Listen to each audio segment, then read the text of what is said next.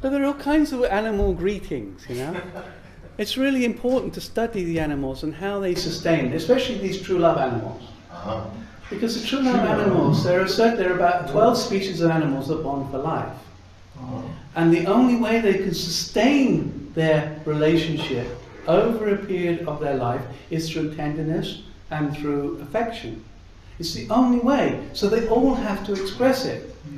You cannot sustain a marriage for life unless you show expressions of affection and tenderness. It's impossible. And joy in the other. And these animals show you. If you watch the prairie vole, it's called a prairie vole, a little mouse like this, tiny little thing. When his wife is stressed, he doesn't run away. He goes up and sits next to her and snuggles up and says, "I'm here for you, darling." And when the albatross is, he flies back. He flies back because they separate. They fly off in different directions for like 6 months, and they feed and they come back. And he comes back 2 weeks early, and he waits and he looks, and he waits and he looks. He just sits there waiting, and when she comes back, he's like, "Ah!" And he's so happy. Ah! He's so happy. And the stork males, he comes back, he prepares the nest, and he comes back, they do this dance around the nest, and they're so happy. So happy. But an albatross partner, he will look for up to 14 years for his partner. 14 years to say, you can do the dance that I recognize, that I feel is at one with me. And she says, yes, you are. We are one. And that's it. And they never divorce. Is it only 12 species? There's about 12. 12. Swans, right? Swans, yeah. Yes. Swans, Interesting. swans, penguins, no, puffins. They're little animals with great big beak. Puffin, a rock hopper penguin. Rock Hopper penguin. Okay. There's the bald eagle. Bald eagle. There's the what else is there's the prairie vole. There's the Prairie swan. Oh, the lovebirds. They're called lovebirds. And the turtle pigeons, turtle doves. And that's about 12 basically. Wow. And they all practice exactly the same rituals. All of them. No premarital sex. You're not allowed no sex, no bonding, no sex. Very low rates of infidelity. Very low rates of divorce. The only way they can keep tenderness in their unions is if they practice those 3 things. If you lose those 3 things, you lose tenderness in a couple relationship. You become more angry, more like other species who are more aggressive or whatever. But you can't sustain a true love relationship if you do not follow the 3 rules of no premarital, no divorce and no, or little divorce and no infidelity. They all do the same thing. They say, if you want love for life, you have to have these 3. Because if you start having premarital, you become like the single parent cats. And you don't bond. And then there's no tenderness, because you don't need tenderness, because you're not going to bond for life. Why do I need to search a male who's tender when he's not going to bond for life? So males start acting differently. They start saying, well, have I got great big abs? Can I dance properly? All these things which we see in modern culture, the man who dances properly, she's not looking for Mr. Reliable, Mr. Sensible, Mr. Family type. And so she goes off and finds Mr. Big Abs and Mr. Playful and Mr. Things. And then she says, well, let's get married. And he says, well, I don't think so, darling. There's lots of other ladies around. Thank you very much. And if he does get married, he's never developed his dependable side because the women never expected it. So as we lose, so it's very clear in nature.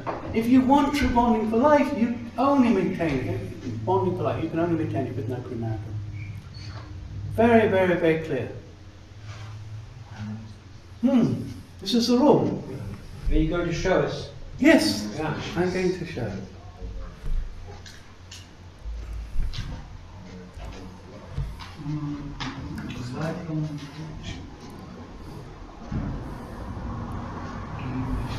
What we call it? Oh, the albatross, yeah. Albatross. What was it? How do you say in English Dance. animals that are stay together, that live in? You said Yeah. animal species that Lifelong bonding. lifelong bond. Yeah, have lifelong bonding. Bond. Cannot have premarital sex. It's what it is. They don't, because if they did, then they wouldn't bond. That's it. And that's what we see in society. Prova nya Double El Maco, en liten lagom stor El Maco. Och McDonalds. Thank you.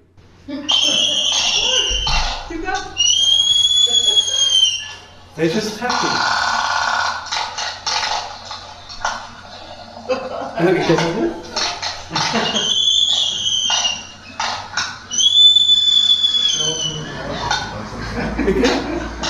Head up and down.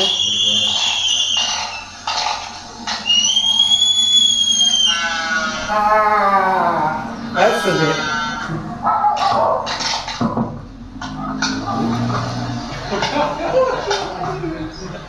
This is it. They will never leave each other, this couple. Never ever leave each other. Does he look happy? Does she look happy with him? Is there appreciation?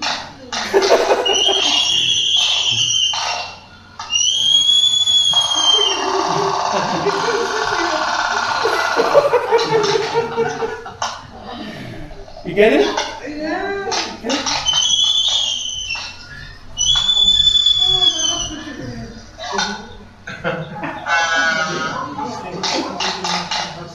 Long dance, huh? This isn't a short dance.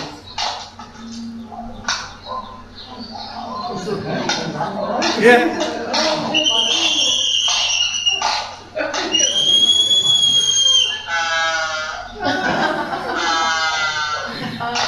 Yeah, it goes on for another 2 minutes. Okay, I think you get the idea, yeah? Oh, sorry. Okay? I'm sorry. Okay, you can shut up. I've seen. I've seen. A little bit. So this is how they keep their couple relationship together.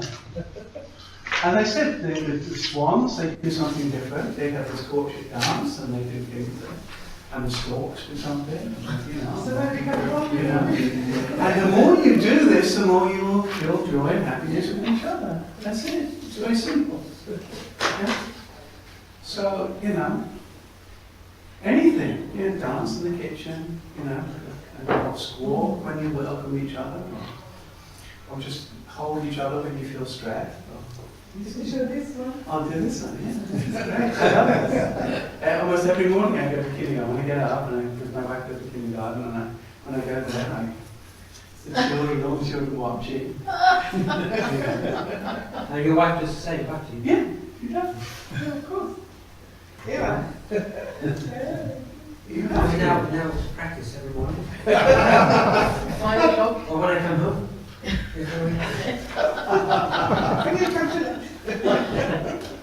You put it up on YouTube. How do you show consistent sense of appreciation? It's really, really cool, you know? Woof. Okay. So, we talked about this central axis, yeah, for power for growth, yeah? But of course, in couple relationships, there are struggles. Struggles. And the point of these struggles is what? What's the point of a struggle in a relationship? To grow. Yeah, it's just a sign saying you don't know how to do it. Somebody else knows how to do it, but you don't. Or if you're struggling with a friendship and you know, or your parent-child, it just means you've got to grow. That's all it's saying. Yeah, it means when there's a problem in relationships, Yeah. the last thing you should do is separate. Because the message is, there's something you need to grow. That's it. So to leave each other would be a fatal mistake. That's it. That's it. It's a negation of personal growth. It's just ending of personal growth. So when people divorce, they typically find in their next relationship exactly the same issue. Elizabeth Taylor had 8 husbands. Huh? What did you say? Elizabeth Taylor had 8 husbands. Yeah. Same problem. Henry VIII, 6 wives. 6 A bit less. Yeah. And you know, the number of people. So, how do you catch this, and how do you help people who are about divorce say, excuse me, look, you know, this is a call for growth, and can you learn to appreciate each other more, manage your own, or develop the skills, or, you know, a lot of times there are core value issues, which we're not going to talk about today or tomorrow, but sometimes they're often the major issue, core values like drink or health addictions or these things, you know. But a lot of them aren't. A lot of them are nothing to do with just drifting apart. They don't know how to maintain this sense of affection and love and keep it going and happy. You know, they don't with each other. They're just kind of, okay, life goes on and we drift apart, you know. So how do we do this? So the point is when we hit a difficulty, it's difficult to feel that sense of appreciation. We lose it because, as I said, it's bigger. It becomes bigger. Sometimes all it takes is like if I thought of Hans negatively in 2 ways, his personality to me would become like, this is Hans, this is his big problems, and this is his goodness. Do you understand? It looks that big. And I just go, you know, I don't want to deal with that. You know, because it's so big. But actually it's only 2 problems. The reality is this problem and he's this good. But the way we magnify the problem, the way we see it worse than it really is a challenge for the human brain. And to recognize that problem. You know? So we have to work harder at seeing the good. We personally have to do that to see the good so we get back into the proper balance. So we get back to the proper reality. Oh, they have 1 or 2 problems, but in general they're a very good person. Yeah? And that's this we have to work at, otherwise we get lost, we get trapped by this fallen nature, we can say, multiplication of evil. Okay. Anyway, so there are 5 principles of co-creation, of developing myself. There are 5 fundamental. We talked about 2. The heart to give something into the relationship, and the heart to appreciate my partner, my child, my friend. Yeah. But there are 3 other ones. The heart to learn from relationship challenges. It's a heartistic thing. There's a relationship challenge, and my heart says, I have to work my way through it. I have to be willing to face the growth, to develop myself the way that I am willing to develop. I have to grow. If I grow, things can possibly change. Yeah. And then there's a heart to forgive, and there's a heart to keep learning.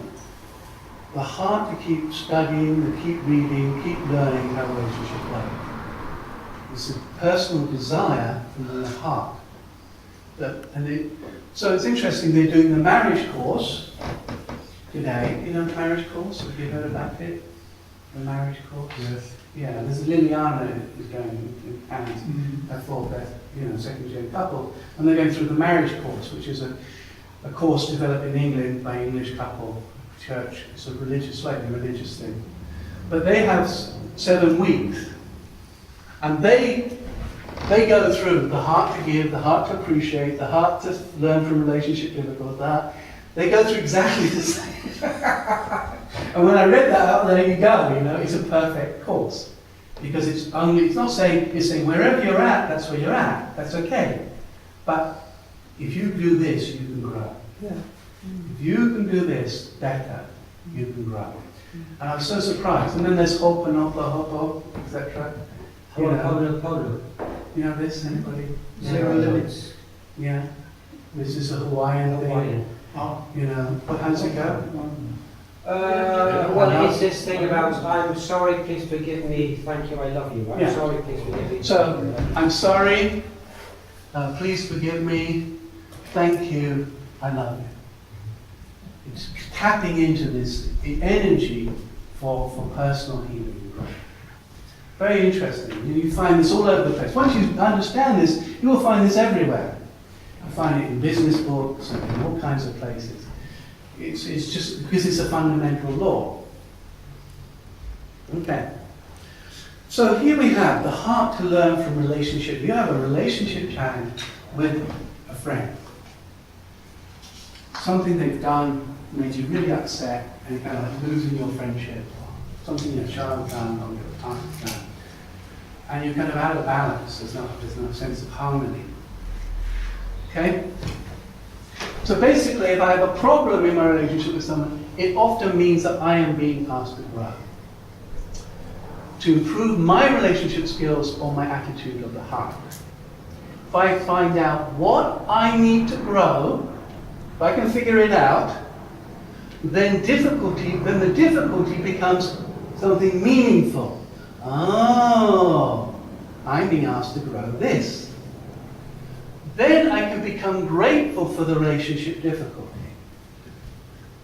And when I become grateful for the relationship difficulty, our interaction can move back into the love and beauty cycle of positive energy and personal growth. So do you understand? Yeah? So when I have a relationship problem, and I can say, what's this trying to teach me? And if I can figure it out eventually, then I go, oh, thank you so much for this problem, because I can then grow. And once I see what I have to grow, then I can appreciate it. And when I can appreciate it, then I can go back into this level. Even though it's difficult, even though I have to learn it, I can value it, I treasure it, and go back into this, oh, okay. So we were talking at lunch over here, before the lunch, at the discussion, and one of the things I had to learn, when my wife gets stressed, I used to kind of run away. So I had to learn to reinterpret, to learn again what it means. So she was stressed because she was trying to protect the family, usually. So she was trying to talk to my protectiveness, but I didn't have it. Because my protection skills are not very strong. So I would run away. But what she was trying to do is talk to my protectiveness so I could go to her and protect her and try to listen to her. And so I had to, and then we could start to solve the problem. So I had to learn to listen to her stress like a baby crying.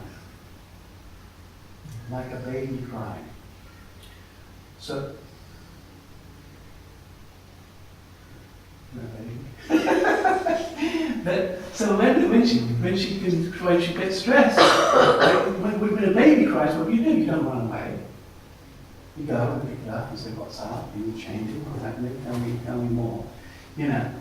And so to reinterpret, she's like a baby crying. She doesn't know what to do. She just feels overwhelmed by the situation. How do I go and stand there, hold her, listen, try to treasure it? Yeah? So I had to learn that I had the power to influence the positively.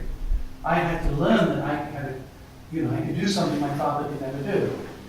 Yeah? And so once I caught that, I said, oh, the stress here it comes again. It's another chance to grow. It didn't become, oh no, I want to run away. It became, oh, can I be brave enough to go and hug her? And because that's the right way to solve the problem. Yeah? So I could somehow learn to appreciate the fact that I was being asked to grow. Okay.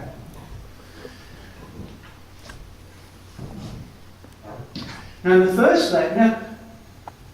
first lecture we talked about this nurturing parent and adult and these different parts of our personality. And if they are working properly, they can process the relationship difficulty in a far healthier way. So, okay, you're waiting for your friend at the bus stop. You arrange to meet at 12 o'clock, 20 past 12, What are you thinking?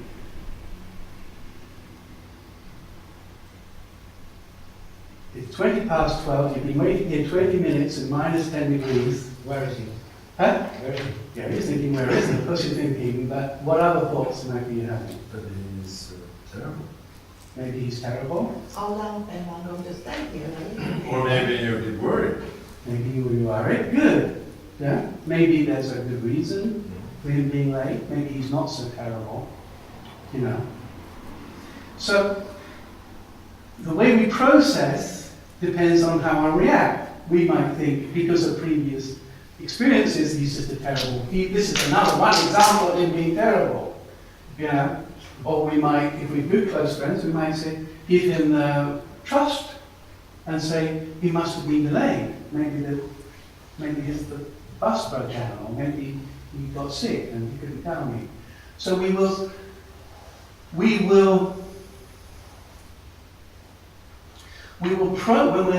our internal nurturing parent and adult is working properly, we will not blame the person. We will not blame the person. We will say something like, is there any good reason why this person is late? Yeah? Or is there a childhood reason why this person is acting like this? Or are there any external reasons why? So we won't blame the person, but we will look at circumstances outside the person so we don't go into blaming the person. Okay? So, for example, so here we have a lady, a wife, who says, why doesn't my husband buy me some more presents? You know, flowers or something, yeah? So she's complaining. She wants presents. Okay? So, she can ask herself some questions. If she's healthy questions, she might say to herself, is there a good reason why he's not doing this? Some good reason. What could be a good reason he's not buying presents? No money. No money. Good. I'm not interested. No understanding of how valuable gifts are to you, things like that. Yeah. Maybe there's a childhood experience, or for example, cultural experience. In their culture, they don't give gifts.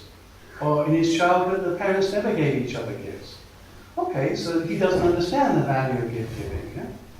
Any external reasons? Yeah, maybe they're broke. Maybe they're saving for a holiday. Maybe they're saving for a car. Maybe. So we will process. We won't blame. We will just say, I understand. I understand why he's not buying gifts.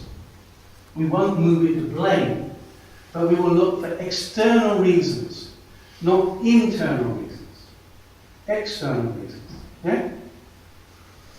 So, the way we do this is we actually make a negative of this sentence.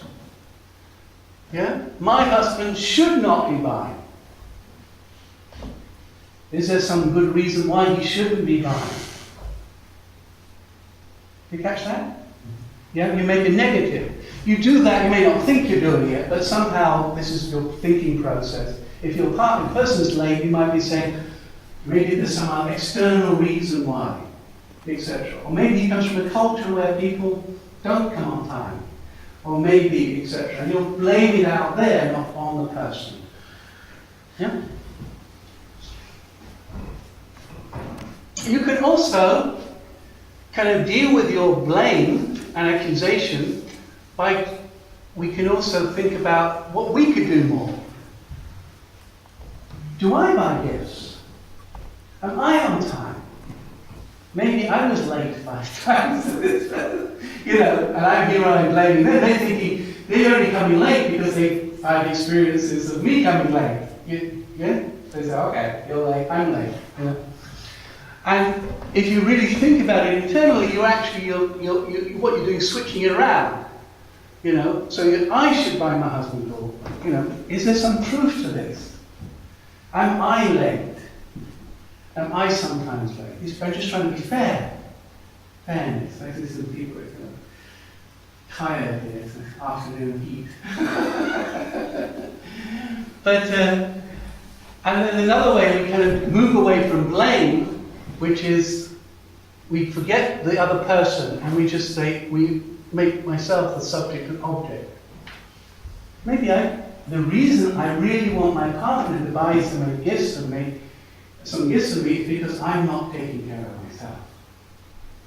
I'm just not internally maybe buying enough presents for myself. I'm not taking care of. So I have a deep need which I'm not taking care of properly.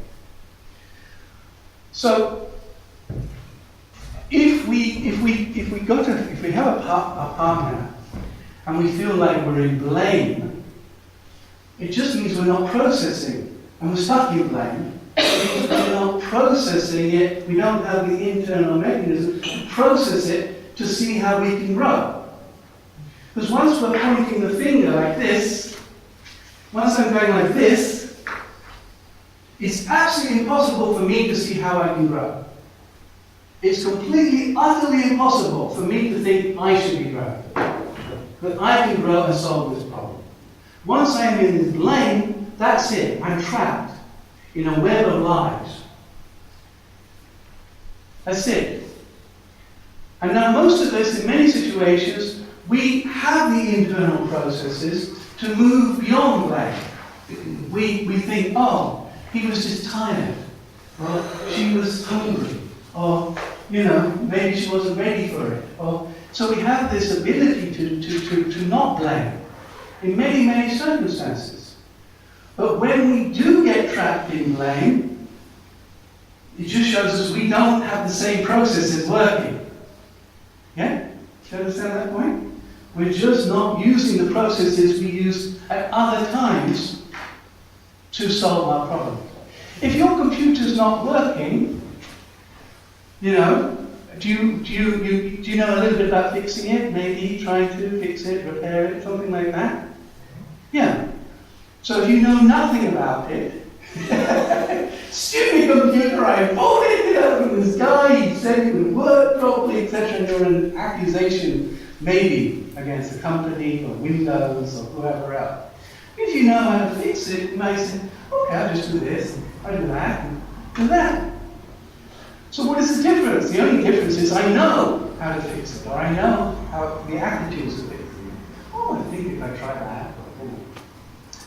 So whenever we're stuck in blame, all we're saying to ourselves is, I do not have the internal processes to move out of blame, to look how I can grow. I cannot see how I can grow.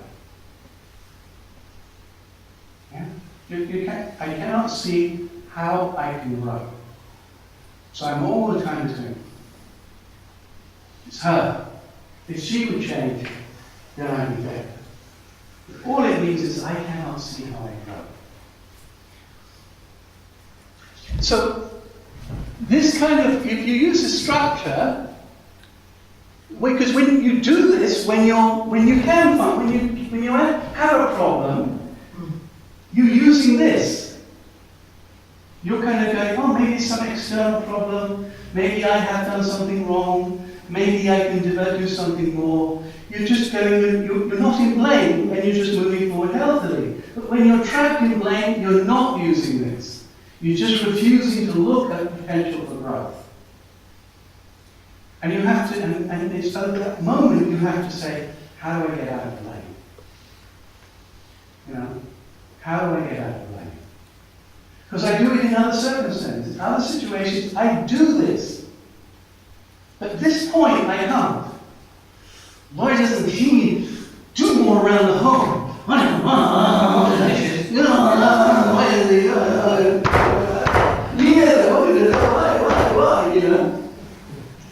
And you just cannot see how you can develop so that he can naturally take that place to do more around the home. It just because the point is you're just not, I had, for example, one of the things that a lot of women have is a list of things to do. A long list of things to do. He should be doing this. And it's like a toilet paper roll. It's just like this. And he does that, and then there's more. There's more. Anybody got that? You have that? Does she have a toilet paper roll for you? Well, we have toilet paper. You know? And trying to communicate these things to do, for many women, is a very complicated task. Because they say, well, I asked him, and 6 weeks later it's still not done. You know? So what's the problem? Is it him or is it communication method? And if you think it's him, you will not look for a new method of communication. That's it. You just say he's the problem. But if you really sat down with him and say, look, darling, I have this list of things to do. How can I best communicate it so that you feel a sense of responsibility and you will take more responsibility? And if you sit down and discuss for half an hour, he might say to you something like, well, if you put a list on the side of my computer with a date when you would like it done by, when I have time and a break, I will say, okay, I can do that now. Because that's how men at work work. They're given, can you do that by then, and things like that, and then quite happily do those things. And so when my wife does that, I go, oh, I need a break. Oh, I'll do one of those things. And I go and do it. But she wouldn't do that. You had to understand. She had to say, you have to do it the communication method I'm using, but it's not working. Yeah? So once you're blaming, you cannot see your room for growth. Once you're in that area. So you move out of this by using this kind of method. You write down the sentence, it's clear, just write it down. I wish my husband did more around home. Or whatever it is. He never does enough, or she's not romantic enough, or whatever it is, or my friend doesn't call me enough, or my children don't do this. And then if you've got this blame for several weeks or several months, then all you're doing is saying, I don't see how I can grow. I don't see how I can solve it. So you ask yourself these questions. First you put it in the negative, then you switch the subject and object around, and then you check out the other person. And then you get new insight. You get new ideas. And all these ideas are to do with personal growth. All of them start saying, how can I be better? How can I change? How can I grow? Okay? Does it make sense? Do you catch this? Yeah? So, my wife should be more, this is his blame, my wife should be more romantic in bed. Sorry, I'm really sorry for those not married or whatever, these examples, I apologize. I should have put other ones in, but... Okay. So, what's the negative of my wife should be more romantic in bed? What's the negative? Should not. Yeah, my wife should not be. Okay, so what? And then you would end up, is there any truth to this sentence? My wife should not be. Is there any good reason why she's not romantic? What might be a good reason she's not romantic? Too tired. Huh? Too tired. Tired. Too tired. She's overworked. Is there any truth to it? Yeah, probably. Are there any childhood reasons why maybe? Yeah. Maybe she was abused. Maybe she comes from a culture. My wife came from a culture where they had 5 people living in 2 rooms. And the ability to be romantic was not in the culture. You couldn't be romantic in this house. Because she didn't have any pictures of it, any imagination. So, okay, she doesn't know about this stuff. She grew in a different era, a different time. Some external reasons, Maybe she's had an operation recently, or a baby, or she's had all kinds of other things. Yeah? She's stressed at work. Maybe there's stress at work. Maybe there's lots of things. And then you go, okay, I can understand. I'm willing to accept that. But you can also go on and switch the subject and object around. So what would that be? What would that be?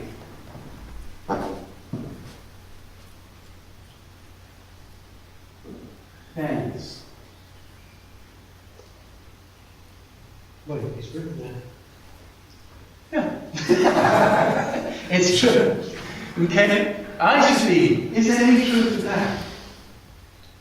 I'm asking her to be romantic. Have I been romantic recently? What would that mean? A man is romantic with his wife. What would that mean? Be nice. Be nice, yeah. Food making. Making food, making a nice meal. Make a romantic evening with a candle. What else? Appreciating when you notice it. Show appreciation, a little present, a little card, yeah. Yeah. Just listening to her worries, it's very romantic. Massage the feet. Huh? Massage. Massage the feet. Yeah, my wife loves that. She loves a massage on the neck and the feet. She's a touch person, but in massage. I'm more like a whole hand touch and hug, and she's much more of a massage. But you give her some touch. Yeah. So there's lots of things. Oh, is there some truth? I haven't really been very romantic recently. Here I expect her to be kind of a great man, but I haven't shown her she's a great woman. But if she never gets shown, she has no reason to be romantic herself. That's right. Well, that's right. So who starts this? Chicken headed, yeah? Yeah. So, so it's no use blaming if you're not doing it. So the point is to help you think about how can I grow? Because you would normally do this. In other situations, you would normally think, oh, I can develop, I can grow. But sometimes we get trapped. We're trapped because we're not using the same thinking processes. We're trapped in blame. And also lack of communication. Yeah, yeah.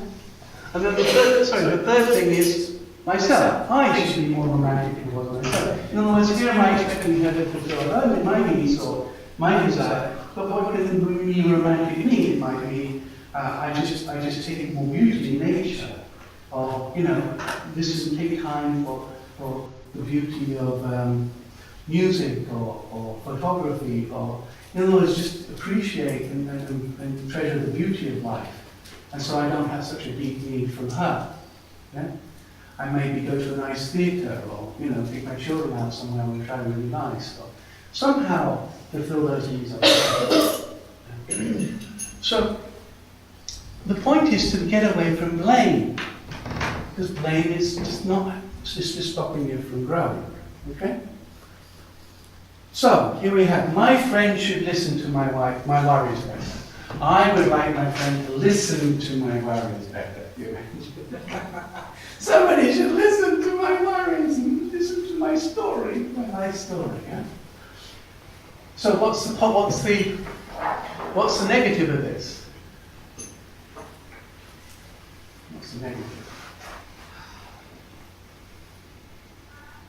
It has effects in the future. No, what's the negative of the sentence? Do I need to continue to listen to my wife? Yeah, yes, but my friend really have to, or my friend shouldn't listen. Doesn't have to. Yeah, and is there some external reason why? Yeah, maybe there's a cultural issue, a childhood issue, a stress. They're stressed themselves. Maybe they're overly stressed right now, and they have no place with you to listen to your worry. Switch around the subject and object. I should listen. Is there any truth to this? Do I really listen to my friend's worry? Do I really listen to anybody's worry? Am I good at it in any way? And actually what you find often is you become good at listening to people's worries, you don't worry if they're not listening to you. Because you become so close and connected. Just by being, and it gives you a chance, once you've listened to the other person's worries, it gives you a chance to share your worries, and you share your worries together. Yeah? Yeah? Or, all about me, I should listen to my worries better. In other words, have I just got lots of worries because really I'm not living my life properly, or in a healthy way, or am I taking on too much work, or too many problems, and then I take all these problems of other people and then expect somebody to rescue me. and say to me. Maybe I'm not really listening to my internal needs. But the problem is also that many women, as far as I know, never talk directly. They go around something, and their husband is supposed to read between the lines, understand what is she talking about. And she expects him to understand me without telling straight forward. That is a big problem. It is a problem. We talked about this at lunchtime. Before lunch. No, before lunch. I was talking, she said yes. She said yes, Ella said yes. And the question of between the lines is that often the first thing people say about their worries are not really the worry. And if you just take that, oh, I've listened, you haven't really listened. So it's the ability to listen and say, you know, thank you so much for that, sharing that. But really, what is the real problem? And when you can get down to that. How do you really feel? Yeah. So it's an art form. It's developing an art form and using it. Yeah. So I just okay. So basically, when you're stuck in blame, it's impossible to grow. Okay. Blaming is no personal growth. Okay? Okay. So has everybody got a blame sentence in their life? Do they feel like they're blaming something, the church, the government, the boss, their friend? Anybody got any blame sentence that they feel is running around their heart? Myself. Okay, what's yourself? What are you blaming yourself about? I think that is more common. Huh? That is more common for some that they always blame themselves. Okay, yes. Some people do. I think one of the most beautiful things that I learned about my wife was the ability to say sorry to my wife regularly. Just sorry. I'm so sorry. And when you say that, you mean it also? Of course I mean it. Because I'm never good enough. I'm not. She was born expecting to be married to a true man. That's what. And you're not a true man? I'm not a true man. And she's so disappointed because he's not a true man. Because her whole heart and soul wants to know that true love of a true man. And she can't escape this. And she runs around all the time saying, why isn't he a true man? And it's very painful for her. And all I can say is, I'm really sorry. And I mean it because I am not anything like I should be. That's beautiful. Yeah. And that, like sometimes she tries when I say that. Like she feels like, oh, I don't have to carry this burden, alone. I don't have to feel, he realizes something, Because I feel so, a woman's brain is just so precious, it's so incredibly beautiful, but it carries other things which make it so hard by yourself to feel alone. You feel like not supported.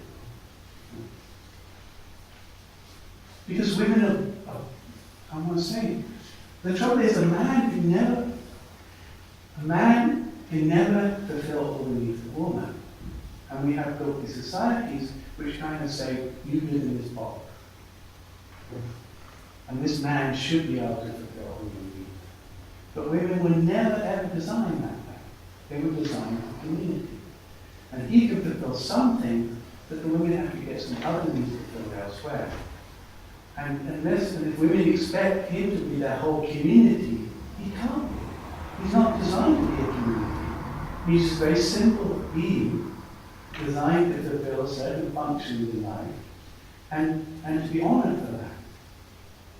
But in the past, can you imagine, you had communities, and the men went off to hunt or to farm or something, and the women got support from each other, and their homes, and their wedding their kids, and they got their support network from that, and their emotional needs and listened to over the washing or whatever. And he came back and she said, thank you so much for the meat, and please cook it and cut it for me. And he said, okay.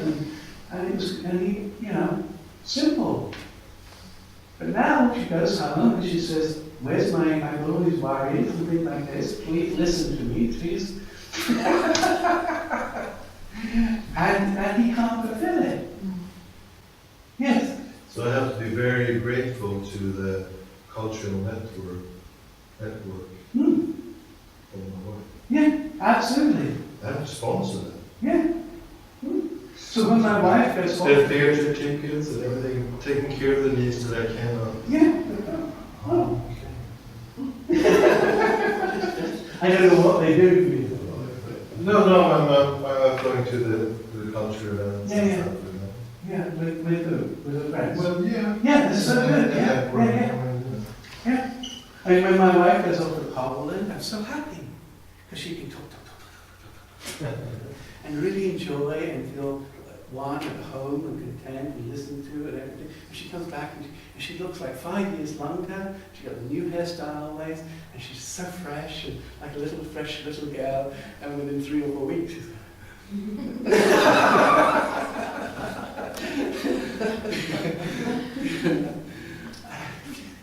come again! I can't fulfill. Even though I'm quite happy to listen to some extent to her, I can never listen enough. I'm not designed for it.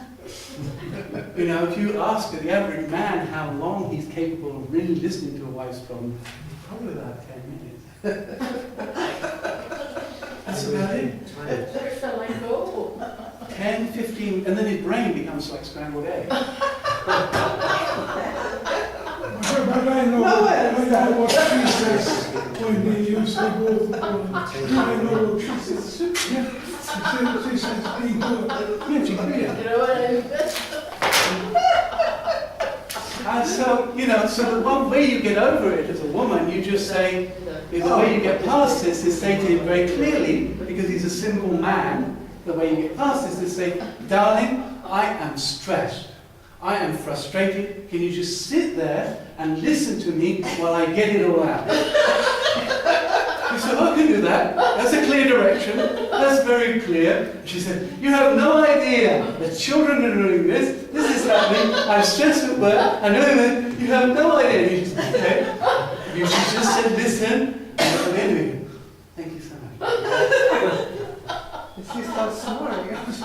Yeah, she can feel it. But that's what, you know, that's one way of trying to solve this dilemma of the fact that women should have community to talk to and laugh and go out for coffees and things like that. And if you expect him to fulfill that role, he can't ever listen to a woman like she wants to be listened to. Not unless he's a really trained psychologist like Rogers or Carl Rogers or something like that. That you can really listen to, oh, he really understands me. I'm so happy. So can a true man do that?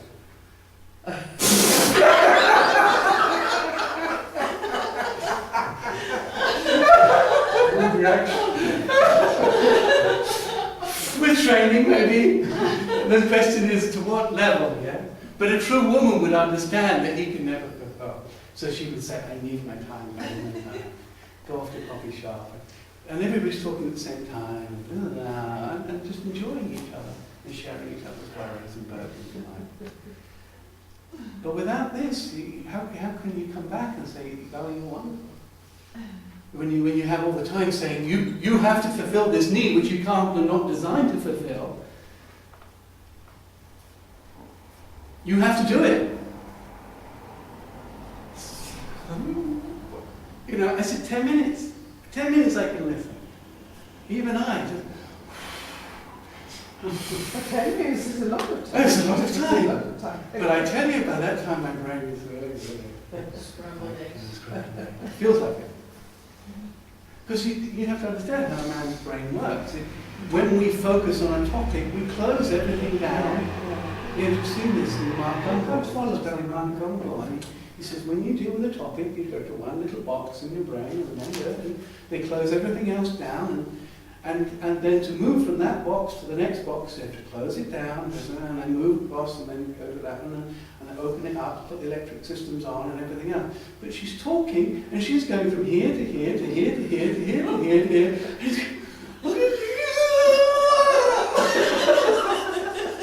So what you said to your wife, when you're in a situation where she has a need to share her stresses and strains, and you, with all this knowledge, know that you need to listen to her, but you're not designed, programmed to do that. I'm not programmed. Yeah. So what's the, what do you... Well, I take, you know, you can take control and responsibility, because then that gives you a sense of control. Yeah? And you just, that's the point. You go up to her and say, you hug her like the baby, you know, and you just say, tell me your worries. And you just say, just know that you're there for her. And 10 minutes. Wouldn't it be... But if she comes up to me, if she sits on the couch next to me and I drop the TV on and she starts talking, and then I'm trying to go, no,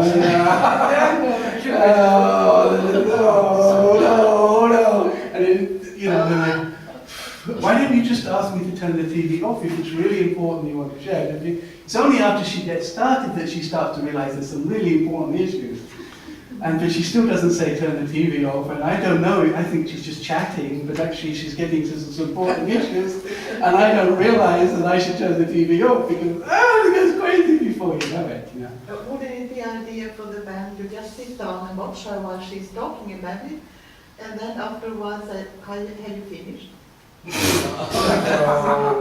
rude. That's rude. But there's, you know, you should study the books, they give all kinds of help. You're just going to find something that works. Whether it be just sit there and listen so I can vent, we call it venting. You know, all these things are going on in my brain. Just sit and nod your head and listen. Okay, and get it out, you know. Or you can be more proactive, or you can go out with friends. But I know what will work in your case. Huh? I know what will work in your case. I'm sorry, I had a stroke, so my speech is not so Yes, okay. But I will know what will work in your case with you and your wife. We go in and take a course for some weeks Yes. in how to make homemade kielbasa. Good. Good. Yes. Yes. Yeah. If you can find an activity where there's time to talk and share, like strawberry picking or things like that, so you're just getting on with the strawberry picking, and she can go, yeah, and you can go, yes, darling, strawberry picking. Yeah, that's fine. You know. Somehow you can cope. It's easier. So finding activities where she can talk, you know. But it's highly complicated. It's just so complicated for us men. No, we're not designed for this. We're really not designed. We can try. But if women become more strategic, Huh? if women would train to be more, when we know this, to be more strategic. What was Strategic. Oh. So that's a few things. Yeah. Yeah. So we should learn also something. Yeah, the more you have self-management, yeah? Okay, so the more you can say, I should, you know, he should listen to me more, you know, maybe I should listen to myself more, or maybe he can't listen to me. That's one thing. That's one thing. Yeah. At the time. Well, no, because you start off with the basic stuff, and then you realise the stuff underneath, so it doesn't work like that. So if your wife is aware that you as a man can't take too much in, so what strategy does your wife have? No strategy. She knows men are wired. No, you have to find what works for you. She finds it really hard because she just finds it over. Because some women have just are who they are, and they find it hard to deal with all this issue. Yeah, and so you just have to be more of a man to be able to deal with that. That's all. You have to say, this is the only thing that works. Yeah? Send her away. And she comes back like, you know. So you're saying it can't be solved because women are wired differently. Women are the way they are. Men are the way they are. So a man can't listen too much, and a woman has so many things she has to say. She has to share them. Well, some women have that sense of honour and dignity and internal awareness to be able to say, you know, darling, just listen.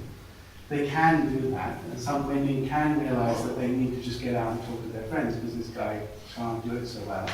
And some people do this. That's how many women live. It's just some people are not really aware of the dynamics. And some men have the capacity to just realize their wife is getting stressed and they have to listen.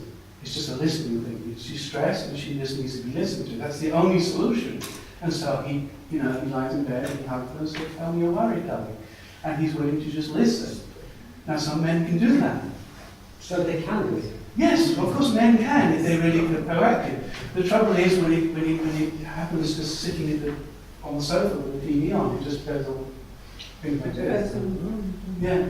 So you've just got to find out what works for you, so that she feels, you feel like a peace. But it doesn't last long. Is it a matter of time? Yeah, of course, catching it, of course. Yes, but it's true, because we speak like this, and they just can't follow, and it's like that, So that's how we are. Yeah, that's how you are. So you have to accept each other. Yeah, accepting. This is life, this is life, and this is women. And But it's really helpful to know, also when, many years ago we learned about this, that we have an answer, the women are different because they have this connection. Yeah, that's right. And the men just focus on one thing. I wish I would have known that in the beginning of our marriage. And so, oh, now the plate is ready, but what about the other thing, we couldn't, things at the same time. It's very, to get knowledge is so incredible. It's incredibly precious. I can cook. Yeah. So now you have awareness. So now it's easy because you have awareness. Now you can move out of blame. And so you can think, is there a good reason why? Is there an external reason why? Can I switch it around? Can I listen to myself better or deal with this issue better in some other way? Yeah? So some other way to protect our relationship. And you can manage yourself better. Yeah? It's always so we move out of blame and we go into, I can do this better. Yeah. So, yeah. And forgiveness is exactly the same process. It's exactly the same. You have to develop a range of forgiveness opportunities, a range of different ways to forgive people. Because if you only have one way to forgive, sometimes it doesn't work. So you have to develop a nurturing parent way of forgiving, a protective parent way of forgiving, adult way of forgiving, free child, and a team player way of forgiving. In other words, the more variety of forgiveness strategies you have, the easier it is to go, shh, shh, shh, shh. I didn't see it. And the next day she says, well, have you forgiven me? She says, what? What do you mean, have I forgiven you? I don't know what you're talking about. And the more strategies you have to just let it go, the better. Yeah. But it is very similar to the previous one. There's always the same thing. But you need a reset button. It's a reset button, like on a computer or something. You press it and the relationship goes back to, let's try again. Let's start again. I'm not going to hold it inside because it's going to hurt the relationship. Don't let it go. So it's very similar processes to the other one, but there's three areas of forgiveness, and if we haven't, so there's forgiving my others on a daily basis, my partner, my children, etc., my friends. There's forgiveness of your parents and other people who have hurt you in the past, and there's forgiving ourselves. You mentioned blame. A lot of people hold personal criticism or personal blame, and how to let that go and process that better. So there are ways of processing life better through better management of your own thinking systems. Okay? So, but if we are angry at our parents of the past, if we haven't forgiven them, and we don't know how to forgive ourselves, forgiving other people is so hard. We hold it. When I'm so angry at my parent, it just takes something in the present, and it relieves that pain, and it just makes another emotional scar, and that's it. So if I can let go of the parent thing, then this new thing becomes easier. So it's so important to learn to forgive these things. But we were talking at lunchtime about these people who are stuck in emotional problems, psychological problems. A lot of it to do with the fact that they've never forgiven their parents, and they're in blame and accusation, and they're blaming society. They go to a job, and they blame, and they blame, and they blame, and there's a blame mode. Yeah? Something like this, yeah. Why? Because they've never overcome the first thing, which is to appreciate life, appreciate birth, appreciate the gift of life from their parents. And they can't move on. We have to go back and heal that in some way. So, you know. Anyway, I just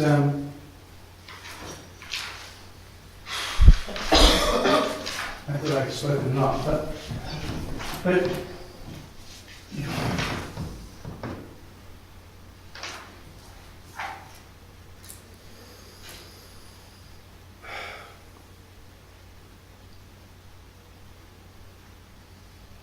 yeah.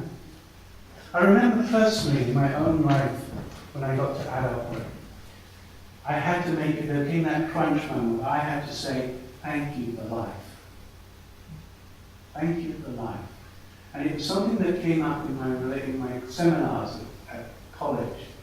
It's a very sensitive thing, because here am I at a business college, trying to teach management skills or leadership skills or something, and I'm talking about appreciating parents. Very complicated. Because if they are just been trapped in blame towards their parents, they're going to just blame the staff or blame instead of taking responsibility. And it's very complicated to talk about this, but I remember that moment where I had to make a decision of personal choice to say, I'm going to appreciate my parents and the life I was in. So accept life. And as over the years, I've gone through different stages of that, and I wrote a thank you letter, a long thank you letter to my parents for all the good things they gave me, and I sent it to them. And I kind of went through all stages to try and heal this. Things like this. So, but again, it's the same internal processes. The same. How do I forgive from a nurturing parent?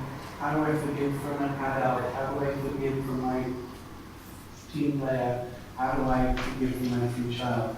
How do I forgive using this healthy way, healthy thing? So,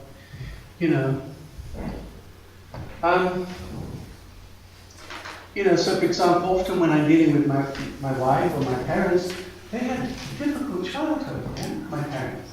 My mother, she lost her father when she was 10, my mother when she was 13. And my father, he had a father who came back from the First World War destroyed, and who wrote as a man, and he used to be violent with my father. And, how do I process that and say, you tried not to do that to me, and I'm really grateful for that. And I'm so grateful for the other things you gave me, even though it's part of my deal, but he had nowhere near my deal. 2 wars. A lot of damage there. Yeah? So, the more I understand, the more if you have a problem with somebody and you find it hard to forgive, the best thing you can go is go listen to their childhood. That's it. Just go and listen to them. And the more you understand their childhood, you go, oh my gosh, how difficult. And then it's so easy to have compassion, so easy to let go, so easy to... Can't make war anymore. Huh? You can't make war anymore. No, you can't. You can't. So, you go to, we had a son married an Austrian girl, and a father, and my father was blown up by, my grandfather was killed by this, and there's a lot of stuff there. But I listened to his story, his childhood, his parents' childhood, and I went, oh my gosh, war hurts everybody. Just is so hurtful, everything. And you just, how can you not, forgive to some extent, or not have compassion? So, how, you know, when my wife has a challenging moment, or I have a challenging moment, she can look at my childhood, or I look at her childhood and say, it's okay. I understand. She grew up in communism. She grew up in poverty. She had relatives committing suicide all around her. She had infidelity all around her.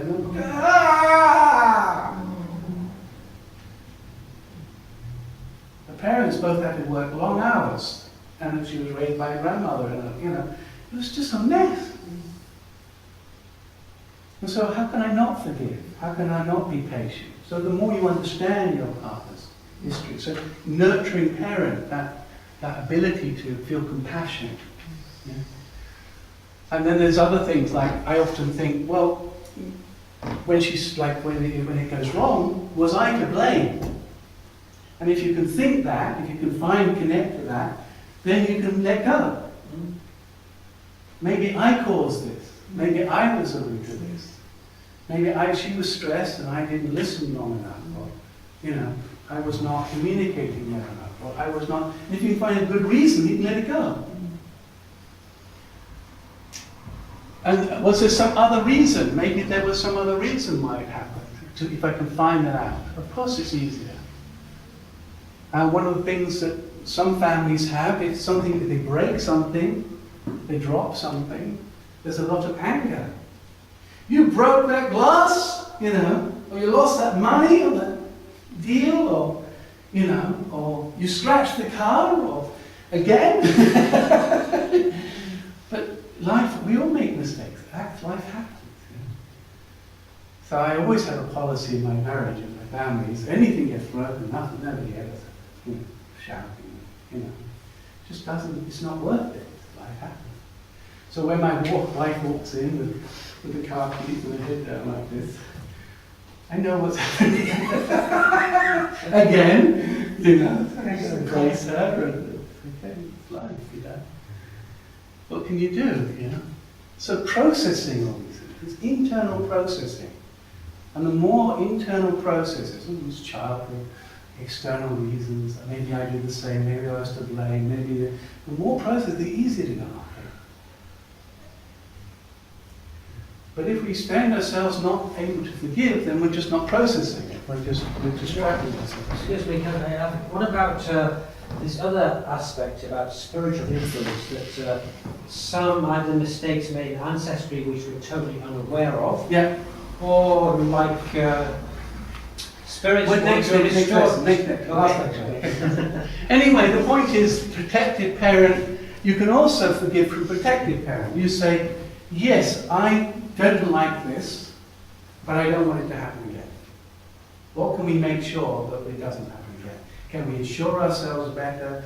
Can we do something differently? Can you change your behavior, etc., etc.? But I don't want this to happen again. So you have to kind of, yeah, say, okay, I can forgive, I can let go, but this has to change.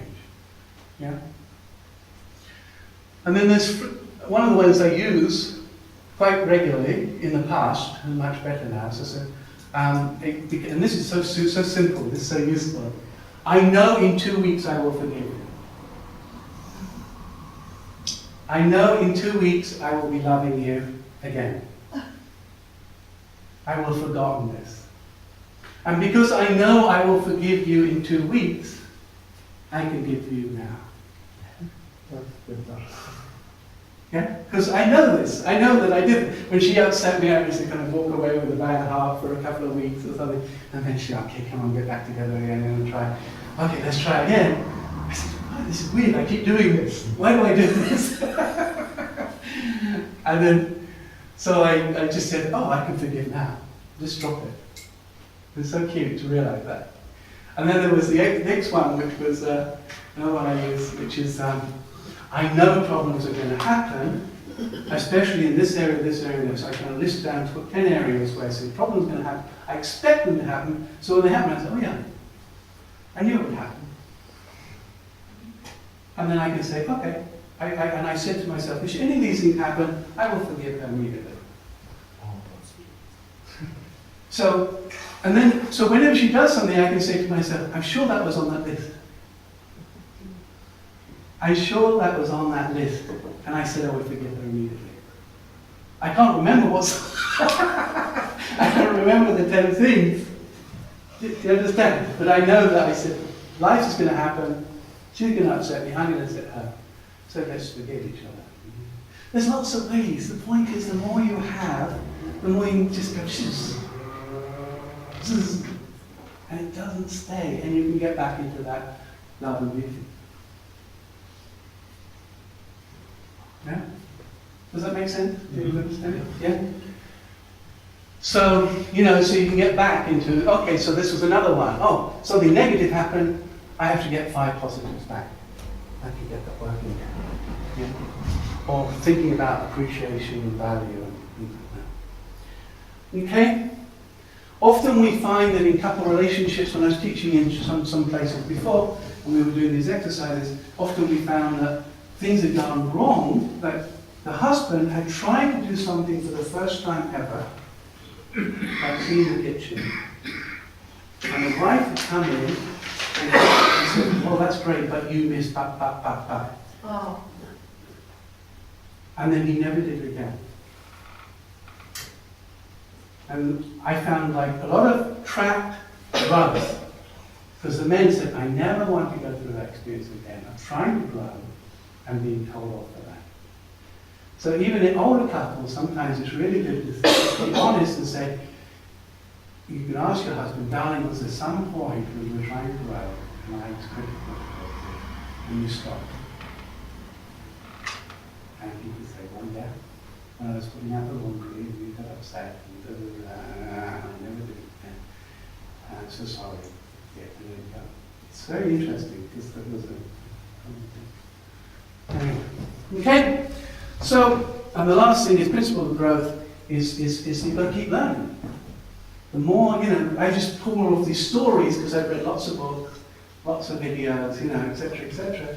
And I have amazing resources. When there's a problem, where is it? Is it the lack of gratitude? Have I given recently? Have I forgiven? Am I processing this wrong? Have I gotten on the right? I have all these. And the problem goes, okay, use that one. Try that. And if you don't have that background knowledge, you just go,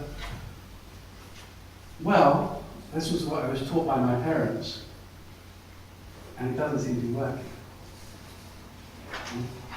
So if you've got your background knowledge, you can go, oh, maybe try that. So that's why you've got to read. So me and my wife, we read regularly books together. And on marriage, on self-healing, or development, or something. And we talk about it. Yeah. Okay? So thank you so much. Thank you. Okay? Does that kind of make sense? Yes. Yeah? Yeah? Any questions? I'm sorry that... Your own children, do they see some change in your relationship? Well, Maybe not living kind of with most of them have moved out since Yes. most, I started to really understand this stuff. I think